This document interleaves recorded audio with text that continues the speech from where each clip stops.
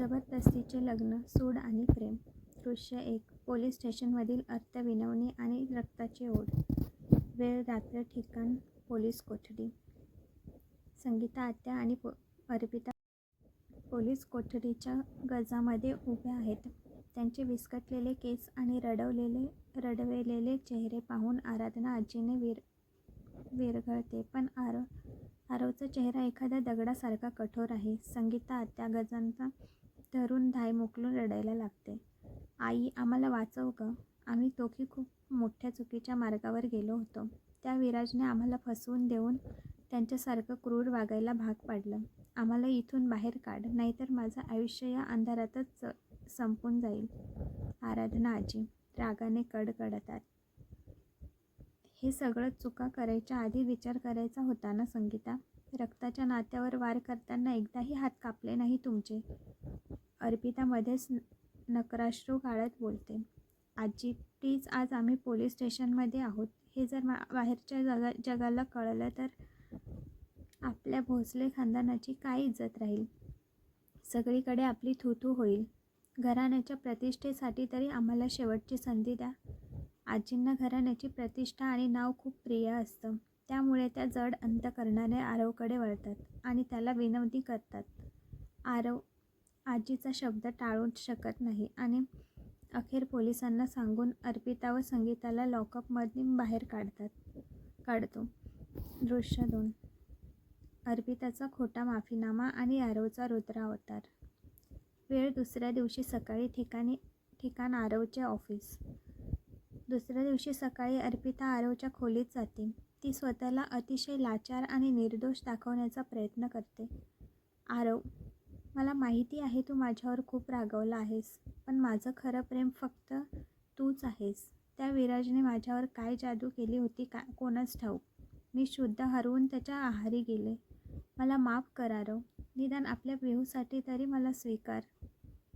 आरव शांतपणे खिडकीकडे बघत असतो. तो अचानक मागे वळतो आणि त्याच्या डोळ्यात सुडाची आणि तिरस्काराची ठिणगी दिसते. पिहू, आपली पिहू कशी झाली ती? तू जेव्हा तिला आणि मला मरणाच्या दारात सोडून पळून गेली होतीस, तेव्हाच तू आई असण्याचा हक्क गमावला होतास. तू विसरलीस का की आता तिला तुझी गरज नाही. तिला सांभाळायला तिची आरोही आई खंबीर आहे. आरवचे हे शब्द अर्पिताच्या काळजाला बाणासारखे लागतात. पण ती मनातल्या मनात आरोहीचा काटा काढण्याची योजना आखते. दृश्य 3. गुढीपाडवाचा सोहळा आणि आरवची खिळलेली नजर. वेळ सकाळी, ठिकाण अंगण. आज गुढीपाडवा आहे. संपूर्ण घर फुलांनी आणि रांगोळीने सजले आहे. आरव नेहमीप्रमाणे आपल्या ऑफिसच्या कामात व्यस्त असतो. त्याला सणवार साजरे करायला मुळीच आवडत नाही.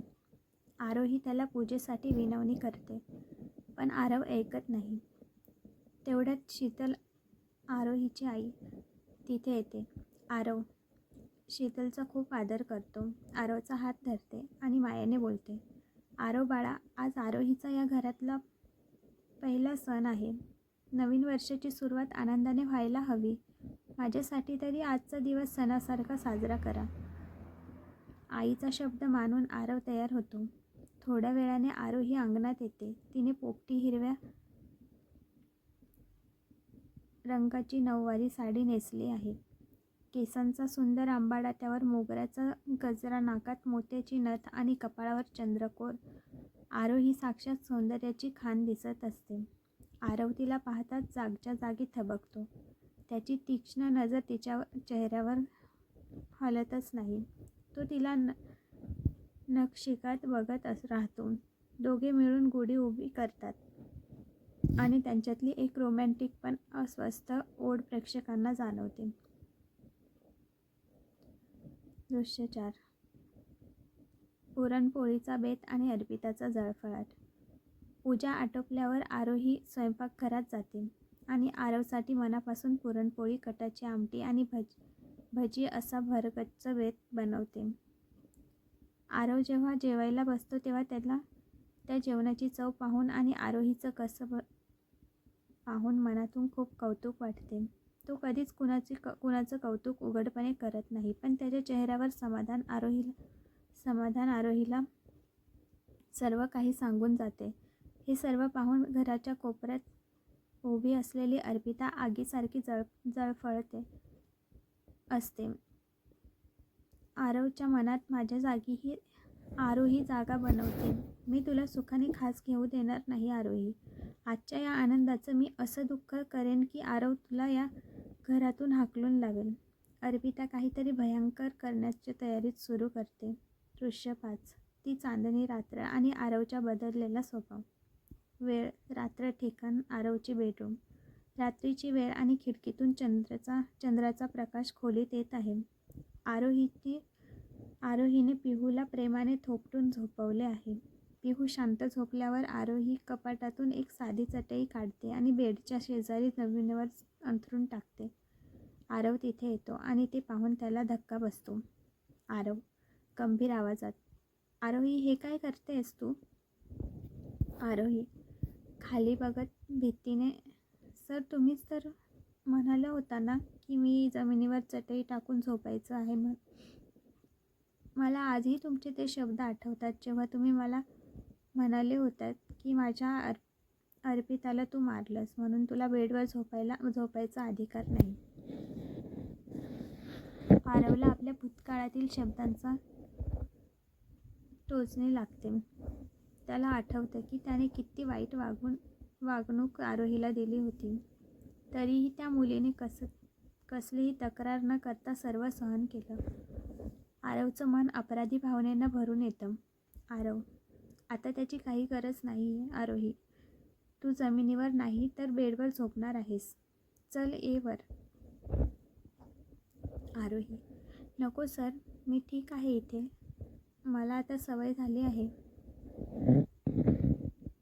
आरव काहीही न बोलता आरोहीच्या जवळ जातो. आरोही काही समजण्याच्या आधीच आरव तिला आपल्या दोन्ही बाजूंमध्ये मिठीत अलगद धरतो. आरोहीच्या काळजाचा ठोका चुकतो. आरव तिच्या बेडवर एका बाजूला नेऊन हळूवारपणे झोपवतो. आरोही घाबरून आणि गोंधळून, सर पण मी इथे कशी झोपू? मला भीती वाटते. आरव तिच्या ओठांवर आपले एक बोट ठेवतो आणि अत्यंत हळूवार आवाजात बोलतो, श्श, चूप, एकदम शांत झोप आता. तुझी तब्येत अजून पूर्ण बरी झालेली नाही आहे. तुला विश्रांतीची गरज आहे. आरव स्वतः दुसऱ्या बाजूला जाऊन झोपतो. आरोही मात्र डोळे फाडून आरवकडे बघत राहते. तिच्या मनात विचारांचे चक्र सुरू होते. आरव सर, मला असं वाटते की हा क्षण इथेच थांबावा आणि मी फक्त तुम्हालाच बघत राहावं. तुमची ही प्रेमळ बाजू पण असेल असं मला कधीच वाटलं नव्हतं.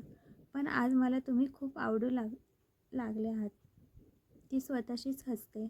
आरव डोळे मिटलेले असतानाच अचानक बोलतो, आरोही, आता झोपणार आहेस की रात्रभर मलाच बघत बसणार आहेस? आरोही दचकते. तिची चोरी पकडली गेल्यासारखी ती पटकन आपल्या तोंडावर ब्लँकेट घेते आणि झोपण्याचा प्रयत्न करते. आरव डोळे उघडतो. तिच्या त्या बालिशपणावर एक मंद स्मित स्माईल देतो आणि तोही झोपतो. दृश्य 6. सुवर्ण पहाट आणि आरवची मिठी. वेळ पहाटे 4 ते सकाळी 7. मध्यरात्री आरवला जाग येते. त्याला आपल्या अंगावर थोडं ओझं जाणवतं. तो बघतो तर आरोहीने झोपेत त्याच्या अंगावर हात टाकला आहे आणि ती पूर्णपणे त्याच्या कुशीत शिरली आहे. आरव तिच्या निरागस चेहऱ्याकडे बघत राहतो. झोपेत ती किती गोंडस क्यूट दिसत आहे हे पाहून आरवच्या चेहऱ्यावर हसू येतं. तो तिला अजून जवळ घेतो. तिच्या कपाळावर एक प्रेमळ किस करतो आणि तिला आपल्या मिठीत घट्ट घेऊन झोपून जातो. सकाळी जेव्हा आरोहीला जाग येते तेव्हा तिला जाणीव होते की ती आरवच्या मिठीत आहे. तिच्या हृदयात जोरात धडधडू लागतं.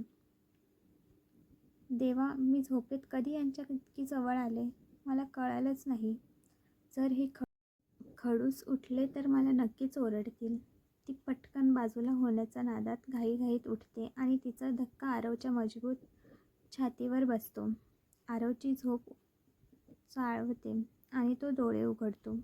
आरोही थरथरत्या आवाजात, डोळ्यात पाणी आणून, "सॉरी सर, मी ते चुकून रात्री तुमच्याजवळ आले. मला माफ करा. मी मुद्दाम नाही केलं.